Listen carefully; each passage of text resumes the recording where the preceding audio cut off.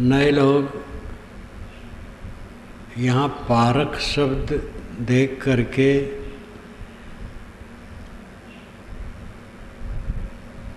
उनको कुछ ऐसा भी लगता होगा कि ये क्या है पारक। इस सिद्धांत को भी पारक सिद्धांत कहते हैं। पारक का शुद्ध शब्द है परख। परख छानबीन, शोधना, जांचना, ये चैतन्य का गुण है।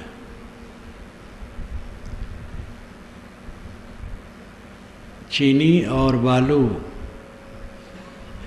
मिली हो, उसमें चींटी भी बालू को परख करके छोड़ देती है और चीनी को परख करके ले लेती है। सांच और झूठ, जड़ और चेतन, स्व और पर, ग्राह्य और त्याज्य, खाद्य और अखाद्य, पेय और अपेय, कर्तव्य और अकर्तव्य, बंध और मोक्ष को अलग अलग समझ लेना और सकारात्मक को लेना, नकारात्मक को त्याग देना, ये पारक है। सतगुरु कबीर ने कहा है, गांठी रतन मरम नहीं जाने, पारख लेना छोरी हो। काहीं कबीर ये अवसर बीते, रतन न मिले बहोरी हो। गांठी में रतन है, सबके गांठ में रतन है, सबके पास में हीरा है, लेकिन लोग मर्म नहीं जानते। पारख लेना छोरी हो। जिनको पारख हुई वे उसको खोल लेते हैं और उपयोग करते हैं। जिनको पारख नहीं है, गांठ बंधी रहती है, वो चीज हीरा बंधा रहता है, लेकिन समझ ही नहीं पाते हैं, तो खोलें क्या, उपयोग कैसे करें। आपके घर में रत्नों का एक बड़ा हंडा भरा रखा हो, लेकिन आप जानते न हो और उसी पर रात दिन चलते हो। जमीन में गड़ा है, रात दिन चलते हैं और पीड़ित हैं। खाने की भी ठीक से नहीं है, पहनने की भी ठीक से नहीं है, जबकि आपके पैर के नीचे रत्नों से भरा एक हंडा रखा है, आप जानते नहीं। वही दशा मनुष्य की है। रात दिन उसी पर चलता फिरता है, लेकिन जानता नहीं। चलना फिरना तो दूसरे पर होता है, वो आप ही हैं खुद। आप खुद हैं वह रत्न, अपने को नहीं जानते। सबका अध्ययन किया जाता है, अपना नहीं। सबको पाने की चेष्टा है, अपने को नहीं। लेकिन जब तक हमारा मन बाहर लगा रहेगा, तब तक वो चीज़ नहीं मिलेगी। गांठी रतन मर्म नहीं जाने, पारख लीना छोरी हो। सबकी गांठ में वो रत्न है, लेकिन लोग भेद नहीं जानते। जिनको पारख हुई वे उसको खोल लिए और उपयोग किए। काहीं कबीर ये अवसर बीते, रतन न मिले बहोरी हो। साहब कहते ये अवसर बीत जाने पर फिर रतन मिलेगा नहीं। ये मानव शरीर इसके लिए है। अन्य योनियों में तो केवल पेट और भोग है। खा लें, प्रजनन कर लें, बस। और वहाँ ज्ञान विज्ञान नहीं है। मानव जीवन पाए हो और इसमें रह करके आज जो शुभ अवसर है इसका उपयोग कर लो।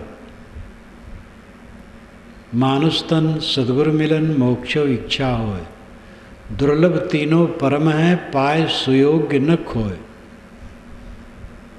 मनुष्य शरीर मिला है लेकिन अंग भंग होते, अंधे होते, बहरे होते और भी विकृतियां होती तो सुविधा न होती। सब ठीक है, ऐसे अवसर को खो देना बहुत बड़ी गलती है। जाते सकलो परखिया सो पारख निज रूप, तहाँ होएरो स्थिर तो न जाई ब्रह्मकूप। ये सद्गुरु पूर्ण साहब कहते हैं, जाते सकलो परखिया, जिससे तू सब कुछ को परखता है, सो पारख निज रूप, वही पारख तेरा निज रूप है। पारख परखना समझना ज्ञान, वो ज्ञान ही तेरा रूप है। तहाँ होएरो स्थिर तू, उसी ज्ञान में तो स्थिर हो जा। नहीं झाई ब्रह्म को, झाई और ब्रह्म के कुएं में न जा। झाई कहते परिछाई को। तो जो मन की कल्पना है वो परिछाई है। मन की अनेक कल्पनाएं हैं, अवधारणाएं हैं। स्वामी शंकर ने भी कहा है कि देवताओं की प्रार्थना करने से, यज्ञ करने से, कर्मकांड संपादन करने से, शास्त्रों का अध्ययन और शास्त्रों का व्याख्यान करने से मोक्ष नहीं मिलता है। इसलिए तो आत्मा के एकत्व का बोध होना चाहिए। अपने आत्मा से अपना एकत्व करना चाहिए, अपनी तरफ लौटना चाहिए। उपनिषद का यही सुझाव है, यही तो करना चाहिए, अपनी तरफ लौटना चाहिए। उपनिषद का यही सुझाव है, यही निर्देश है। वेद वचनों में जहाँ अध्यात्म का शुद्ध रूप दिया गया है, इसी की तरफ निर्देश है। जैन बौद्ध विचारकों का यही निर्देश है, सूफी संतों का यही निर्देश है। कुछ उपासक सगुण उपासना में बाहर जोर देते हैं, लेकिन वे भी भूले भटके ऐसा कहते हैं। उनके मुख से भी ऐसी बात निकलती है जो आत्मा की तरफ निर्देश रहता है। सबके उदाहरण छोड़ दीजिए, आप स्वयं आत्म विश्लेषण कीजिए। आपको अपने जीवन में पाना क्या है, ज्ञातव्य क्या है, कर्तव्य क्या है, प्राप्तव्य क्या है। ये तीन बातें हैं, ज्ञातव्य, कर्तव्य, प्राप्तव्य। ज्ञातव्य जानने योग्य, कर्तव्य करने योग्य, प्राप्तव्य पाने योग्य। जीवन निर्वाह के लिए भी ज्ञातव्य है। अगर व्यापार लाइन में आप जाते हैं तो वहाँ का कील काटा आपको जानना होगा, और उसमें भी व्यापार की लाइन में जिस लाइन में काम करना चाहे उस लाइन में। व्यापार की बड़ी शाखाएं हैं, कला की बड़ी शाखाएं, बहुत शाखाएं हैं, शिल्प के बड़े भेद प्रभेद और उनकी बड़ी शाखाएं हैं, राजनीति, तो खेती, जीवन के धंधा के लिए भी बहुत सी शाखाएं हैं। जहाँ रह करके अपने जीवन गुजर के लिए आप करना चाहें उसके विषय में जो जानने योग्य है जानना होगा, और जो करने योग्य है करना होगा, और वहाँ प्राप्तव्य है धन दौलत जिससे जीवन गुजर हो। एक धन दौलत है विशेष राग ठाट के लिए, और एक है जीवन गुजर के लिए। जीवन गुजर हो जाए बहुत है। इसमें भी ज्ञातव्य कर्तव्य प्राप्तव्य हैं।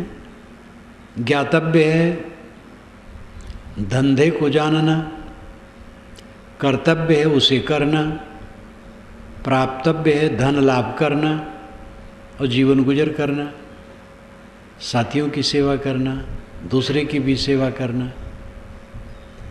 लेकिन जीवन का जो उच्चतम उत्कर्ष है, जिससे दुखों का अंत होता है,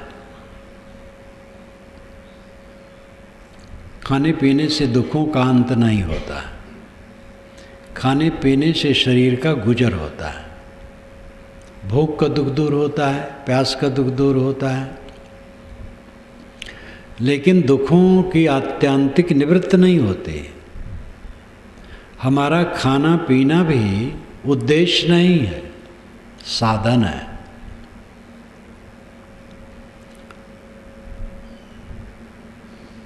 क्यों करते हैं? निर्वाह धंधा क्यों करते हैं? जीवन गुजर करने के लिए। जीवन गुजर क्यों करते हैं? इसका उत्तर नहीं। कमाते हैं खाने के लिए, खाते हैं जीने के लिए। जीते किस लिए हैं इसका पता नहीं। विवेकहीन जीवन जीते हैं दुख भोगने के लिए। सब जीते और सब दुख भोगते हैं। कलह, राग, द्वेष, चिंता, फिक्र, उद्वेग, इसी में जीवन जाता है। धंधा करना, जीवन गुजर करना, शरीर को पालना पोषना, ये जीवन का उद्देश्य नहीं है,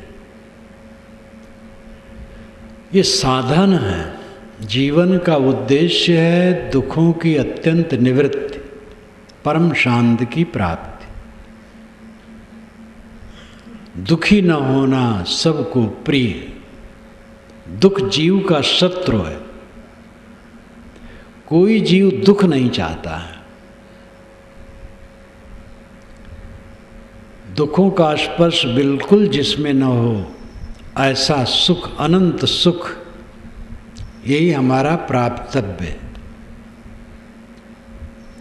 और इसके लिए ज्ञातव्य है स्व और पर का भेद। मैं बंधा हूँ, किस में बंधा हूँ? दुख क्यों है? क्योंकि बंधा हूँ। परतंत्रता दुख है। जब मेरे मन में खलबली होती है किसी चीज़ को पाने के लिए, भोगने के लिए, सम्मान के लिए, प्रतिष्ठा के लिए, तो ये मेरी परतंत्रता है। किसी ने मुझे कुछ कह दिया और मैं बौखला गया, ये मेरी परतंत्रता है। किसी ने मेरा सम्मान कर दिया, मैं पुलकित हो गया, ये मेरी परतंत्रता है। काम का वेग, क्रोध का वेग, लोभ का वेग, मोह का वेग मन में आ रहा है और उसमें मैं उलझ रहा हूँ, ये मेरी परतंत्रता है। साथी बराती के व्यवहार को देख करके क्षुब्ध हूँ, ये मेरी परतंत्रता है। इन परतंत्रताओं से छूटने के लिए न तो धन सहायक है, न विद्या सहायक है, न जन समाज सहायक है। इसमें सद्गुरु का आत्मज्ञान का उपदेश और उसका जीवन में प्रयोग सहायक है।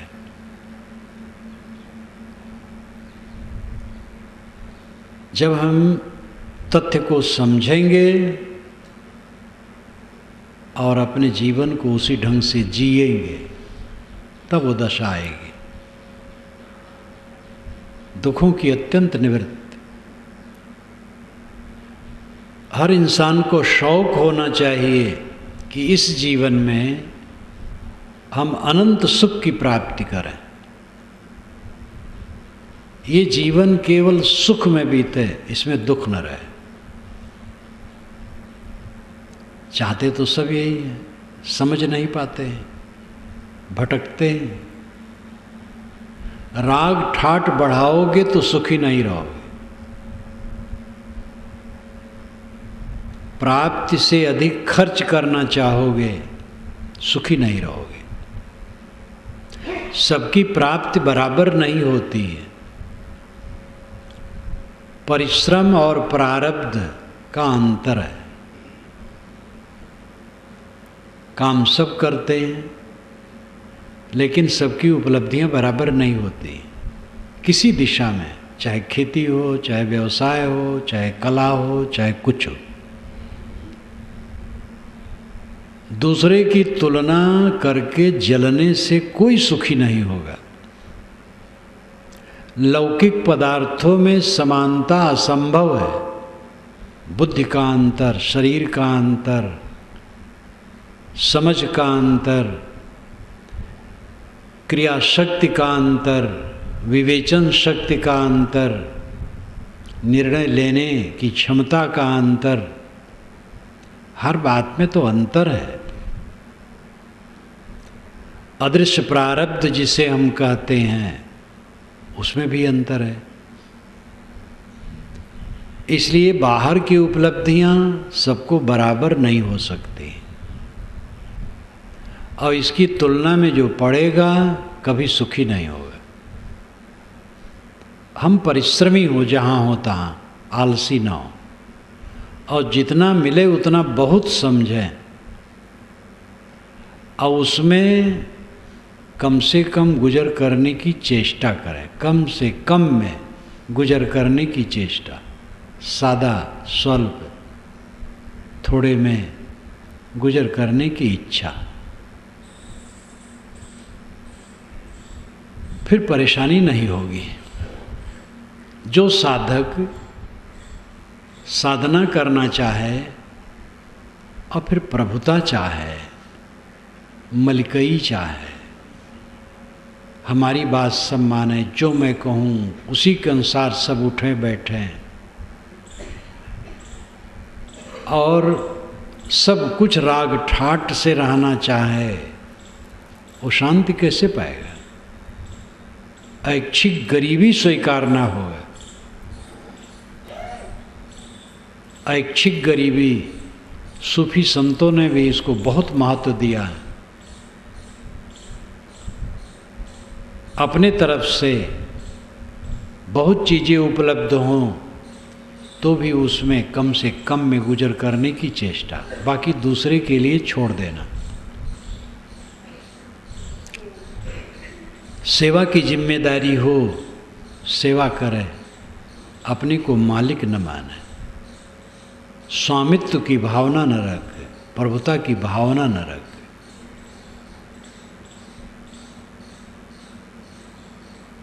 जहाँ रहे अपने आप को समेट करके रहे, तब मुक्ति द्वार में प्रवेश हो सकता है। मुक्ति द्वार बहुत पतला, भक्ति द्वारा सांकरा, राई दसवे भाई, मन तो मैगल होए रहा, कैसे आवे जाए। भक्ति दरवाजा बहुत सकरा है, राई दाने के 10वें हिस्से के बराबर है, और हमारा मन मैगल उन्मत्त हाथी बना है, तो कैसे उसमें आवे जावे। जब तक अपने अहंकार को पूर्ण रूप से चूर्ण नहीं किया जाएगा, शांति नहीं मिलेगी। मिथ्या अहंकार, जो कुछ हमारे पास है क्षणिक है, सब मिट जाने वाला है। सारे अहंकार को समाप्त कर देने वाला उस पद को पाता है।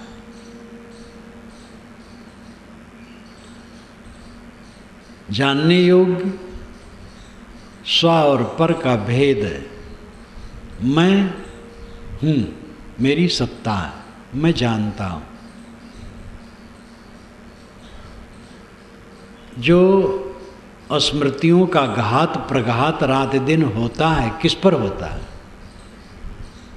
ख्याल आता है, ख्याल में खटक आती है, ये अनुकूल हुआ, ये प्रतिकूल हुआ। इस प्रकार जो स्मृतियों का, स्मरणों का, यादगिरियों का घात प्रघात होता है, कहाँ होता है? स्व में होता है, मेरे अपने में होता है। वह जो मेरा अपना स्वरूप है, शुद्ध चैतन्य, वही जान जान करके चारों तरफ क्लेशित है। क्योंकि केवल जानता नहीं है, मानता है। जहाँ बोल तहाँ अक्षर आया, जहाँ अक्षर तहाँ मन दृढ़ आया। बोल बोल एक होई जाई, जिन्हें लखा सो बिरला होई। साहब कहते हैं जहाँ बोले वहाँ अक्षर आएगा, और जहाँ अक्षर आया वहाँ वाक्य बना और कुछ अर्थ निकला, और मन ने कोई मान्यता बनाई और हर शोक शुरू हुआ। बोल अबोल एक हो जाए, बोल में अबोल में एक समान हो जाए, जिन लखा सु बिरला होई। इस स्थिति को जो लखा और पाया और ठहरा वो धन्य है।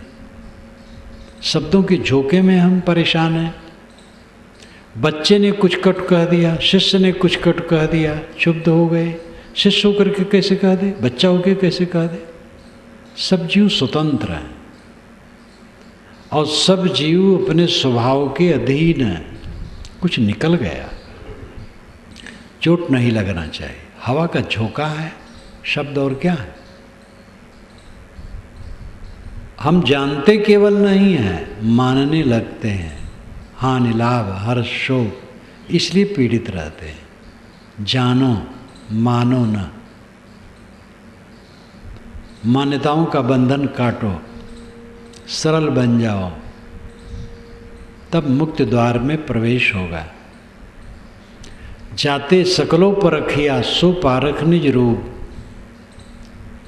जिससे तूने सबको परखा वो पारख तेरा स्वरूप है।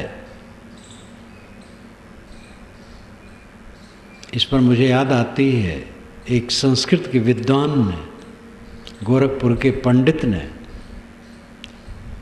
अवध यात्रा में मिले थे वह वर्षा में। वे पारख सिद्धांत को जानते थे और बहुत मगन रहते थे। मस्त होकर के उन्होंने कहा, महाराज चाहते सकलो परखिया सो पारख निज रूप। तहाँ हो स्थिर तो नहीं जाई भ्रम को। पूर्ण साहब ने तो पूरा कह दिया, जिससे तू सबको परखता है वही पारक है। किससे परखता है? अपनी चेतना से, अपने ज्ञान से। तुम स्वयं पारक हो, परक स्वरूप हो, ज्ञान स्वरूप हो,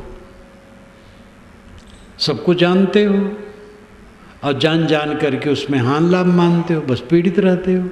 जानो, हान लाभ न मानो, अपने को अलग रखो। साप पाक दृष्टा मात्र। तहाँ हो रो स्थिर, तुम अपने स्वरूप में स्थिर हो जाओ, आत्मा में।